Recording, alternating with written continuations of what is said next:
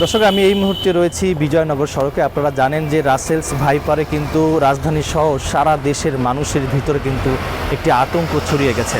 আপনারা জানেন বন অধিদপ্তরের যে পরিচালক তিনি কিন্তু আসলে আজকে একটি অনলাইন পত্রিকা নিউজ হয়েছে, তিনি কিন্তু বলেছেন যে বাংলাদেশ বাদেও কিন্তু সংযুক্ত আরব আমিরাত, সৌদি আরব, মালয়েশিয়া বিভিন্ন যে প্রবাসী ভাইরা যারা রয়েছেন তারা কিন্তু তাদের যে হটলাইন নাম্বার রয়েছে সেই নাম্বারে কিন্তু তারা ফোন দিচ্ছেন। তাদের পরিবার পরিজনের যে সদস্য যারা রয়েছে তারা খুব আতঙ্কে রয়েছে। কারণ হচ্ছে একটাই, রাসেলস ভাইপার। কিন্তু বন অধিদপ্তরের পরিচালক তিনি সাংবাদিকদের জানিয়েছেন যে রাসেলস ভাইপারের সন্দেহে প্রায় 80% সাপই নির্বেশ।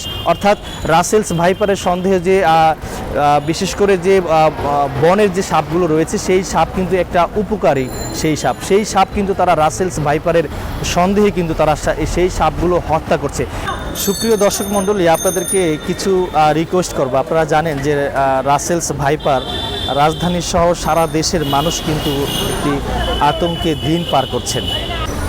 যে সাপগুলো হত্যা করা হয়েছে সেই সাপগুলো বনের একটা উপকারী সাপ, কিন্তু আমরা সাধারণ যে পাবলিক রয়েছে সবচেয়ে বেশি সামাজিক যোগাযোগ মাধ্যমে ভাইরাল হওয়ার পর আমাদের ভিতরে কিন্তু একটি আতঙ্ক কাজ করছে, সেটি হচ্ছে রাসেলস ভাইপার। আমরা যে কোনো ধরনের সাপ যদি দেখি সেই সাপকে কিন্তু আমরা হত্যা করছি। তো আপনাদের কাছে আমার একটা অনুরোধ থাকবে, রাসেলস ভাইপারের সন্দেহে আপনারা কেউ সাপকে হত্যা করবেন না। কিছু কিছু সাপ রয়েছে, আমরা গ্রামে যারা বসবাস করি, আমরা গ্রামে যারা থাকি তাদের উদ্দেশ্যে আমি বলছি, দয়া করে কোনো সাপ দেখা মাত্র আপনারা সাপকে হত্যা করবেন না। আপনারা অনেকে আপনাদের পরিবার পরিজনের সদস্যরা কিন্তু অনেকেই বিদেশে থাকেন, সৌদি আরব, মালয়েশিয়া, জাপান এবং দেশের বাহিরে যারা প্রবাসী রয়েছেন তারাও কিন্তু ঘন্টায় কয়েকবার ফোন দিয়ে থাকেন বন অধিদপ্তরে।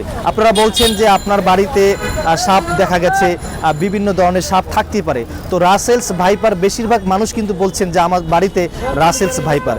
কিছুদিন আগে ফরিদপুরে একটি সাপকে হত্যা করা হয়েছে, সেই সাপের যে তদন্ত করার পর কিন্তু বন অধিদপ্তর বলেছেন সেই সাপটি কিন্তু আসলে রাসেলস ভাইপার না।